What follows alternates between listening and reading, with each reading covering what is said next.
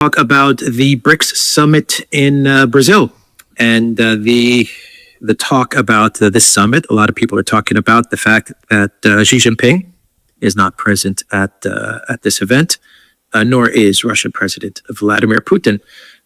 Vladimir Putin not being present at this BRICS summit, I don't think it's the first summit that Putin has missed.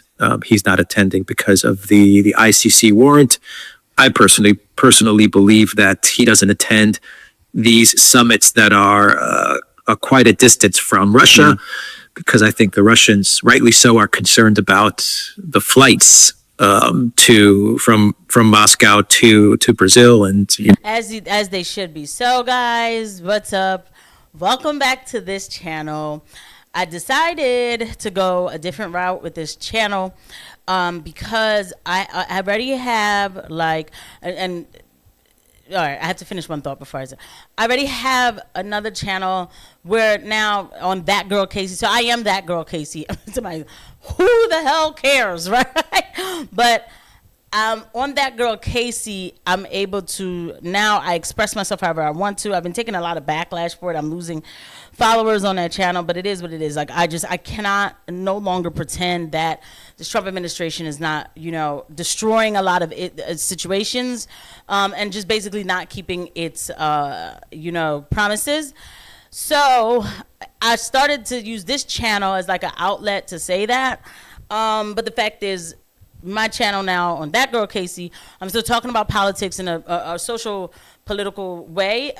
But I also want to go back to the geopolitical talk that I was starting to have on the channel when I first did it. So without further ado, this is the Duran discussing what happened on BRICS, what happened during BRICS, Putin not being there, Xi not being there, and the warnings that Trump is giving other countries about BRICS. The neocons and the collective West, who knows what they would do with a flight of such a distance. Anyway, Xi Jinping is a different story.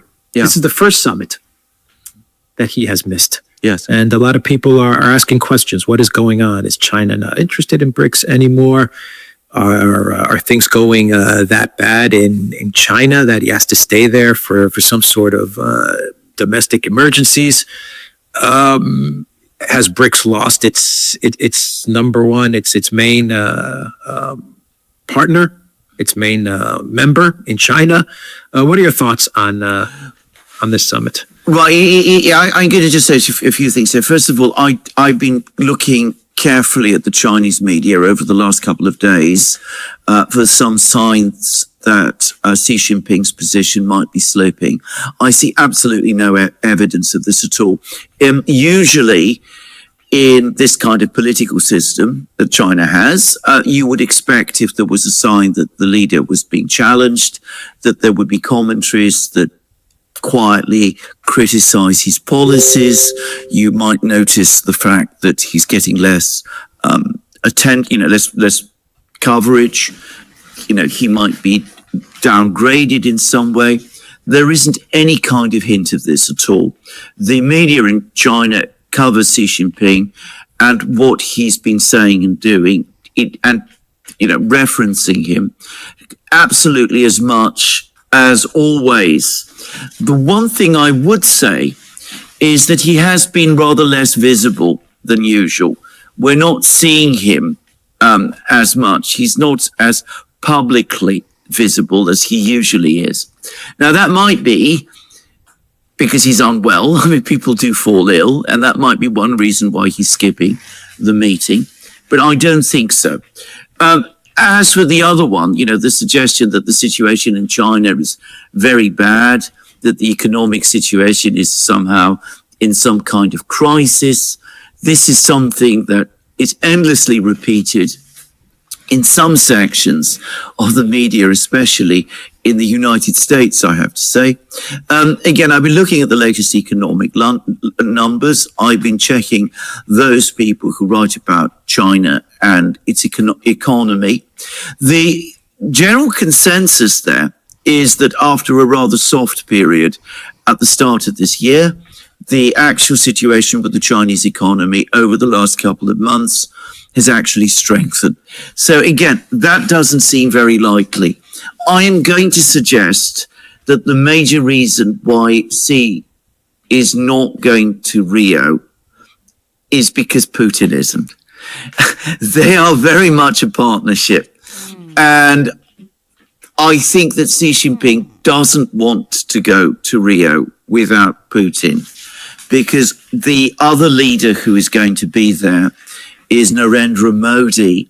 And I think at this particular point in time, Xi Jinping doesn't want to come face to face with Modi without Putin being there.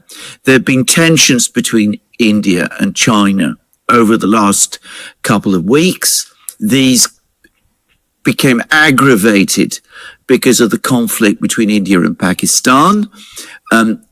Pakistan was equipped with Chinese fighter jets, and apparently China supplied Pakistan with long-range missiles, long-range air-to-air missiles. These apparently shot down some Indian fighter jets. There's been some tensions. Usually, when there's a meeting of BRICS and the Indians, Modi and Xi Jinping, are both there, they rely on Putin, who is on good terms with both, in fact, on excellent terms with both, to act as the bridge between them. That's actually something I've never thought about with the whole with the Modi and Xi Jinping type of relationship. It is true that, I mean, my God, Pakistan, it was almost scary. Don't let anybody tell you any differently about that. Pakistan, if they would have been left to these devices that they had, India wouldn't have had like a military defense system after a good like 72 hours. I mean, it was insane. I was on a space that was going on for hours about this. It was like 1 minute after the other, boom, boom, boom. Pakistan was hitting back, hitting back, hitting back. It was quite the thing to watch. So, and to know that, you know, that some of the weapons came from China and all of that, that, you know, America's looking at that too, because, you know, this is why this channel is important to me, and I'll actually get to that in a little bit, but that makes sense. And also, I mean, Xi not being there, really, I didn't even think it was worth necessarily a analysis, but I guess people would ask the question because they would think like, oh, you know, they're falling back from BRICS or whatever. I'd never expect that to happen whatsoever. So I think that, of course, this is Alexander Mercouris, this is Alex Christoforou, and of course Alexander Mercouris is, I mean, he's like the oracle, like he assesses things down to a T. So, you know, I'm totally with that. But I want to go into Trump's comments about BRICS, and then this will explain exactly why, like, for me, I feel like a channel like this is extremely important. Let's finish off the video with Trump's comments about BRICS. On Truth Social, Trump posted, any country aligning themselves with the anti-American policies of BRICS will be charged an additional 10% tariff. There will be no exceptions to this policy. Thank you for your attention. By the way, guys, please don't forget to hit the like and subscribe button and the notification bell. I probably should have just asked that from the door. Also, the other thing is I'm not affiliated with anybody that I cover who's covering XYZ thing. I'm not affiliated with them. I'm just, you know, assessing what they're saying. And when I get some actual traction on this channel, I will start going live and talking about, you know, geopolitical conflicts and all things geopolitics on this channel. So thank you, though. Thank you for everybody who's watching. To this matter. Alexander, what are your thoughts? Well, he's obviously taking it quite seriously because, in fact, one of the other things that's happened since Kazan is the BRICS has actually expanded. Two important countries, Vietnam and Indonesia, have just joined BRICS. Trump has just done a trade deal with Vietnam, and he's clearly annoyed about the fact that despite that trade deal, Vietnam is now an active member of the BRICS. By the way, the Chinese weren't happy with that trade deal that Vietnam did with the US, because quite clearly China has been using Vietnam as a transit state to ship goods to the United States to circumvent American sanctions. But anyway, tariffs. The tariffs the US is imposing on Vietnam, I think, are mostly intended to counter the supply of Chinese goods into the United States. But, you know, these tensions always exist in the BRICS, and Vietnam is now a member of the BRICS, and it's clearly very closely allied with China. Indonesia, in some ways, an even more interesting and important country. It's a huge country, is now, and a very, very fast growing country, fast growing economically, has also joined the BRICS as full member states. I think the other thing that's probably annoyed Trump is that two other states are now aligning with the BRICS. There's some talk about even a greater BRICS. In other words, the BRICS itself, the partner countries, and then a whole series of other countries that are not either members of the BRICS or partner countries of the BRICS, like say Turkey is, but are nonetheless aligned with the BRICS on certain economic questions. Now, one of them is Uzbekistan, which I think is definitely heading towards the BRICS. And I can't imagine that Trump very much cares about Uzbekistan because it's a former Soviet republic in Central Asia. It's already to a great extent heavily integrated with the Eurasian and Russian and Chinese economies. But the other country is Colombia. And I don't think he's very happy about that at all, because he's not on particularly good terms with the current president of Colombia, who's, by the way, by Colombian standards, something of a leftist.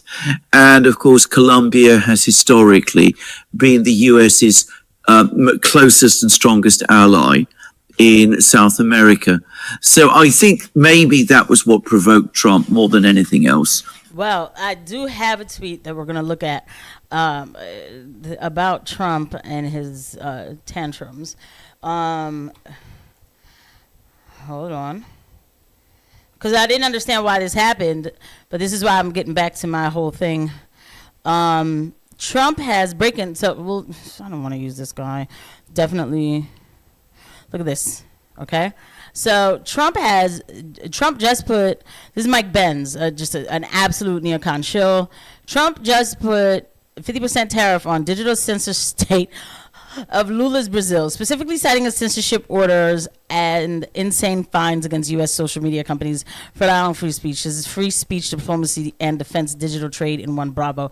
No, it's not, okay? Because what this is actually Trump kowtowing to his master Netanyahu, who is actually visiting him right now in the White House, and they've been having meeting after meeting after meeting, and then it's been told that Netanyahu is actually going to extend his stay so that they can continue to have more and more meetings.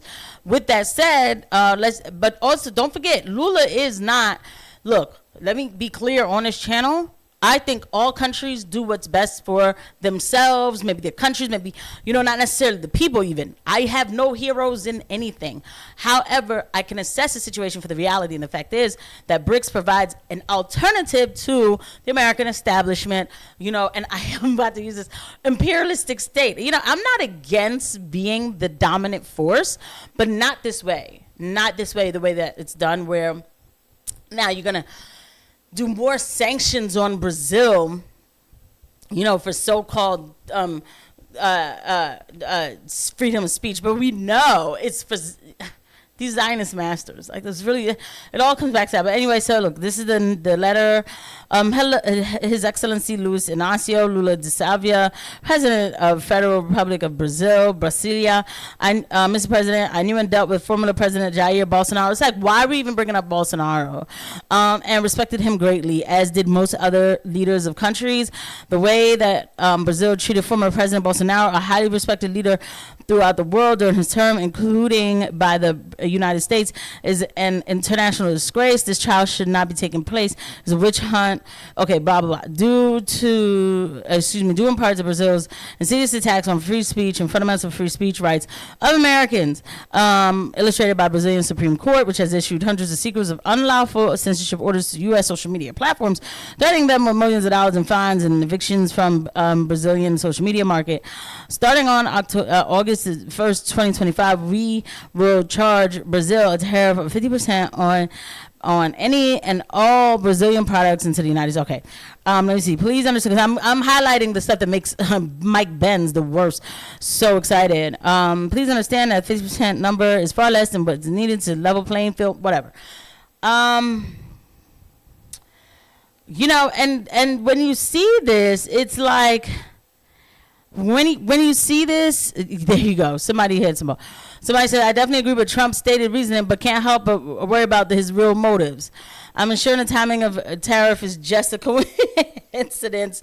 Brazil leader Lula condemns Gaza genocide at BRICS. Wow.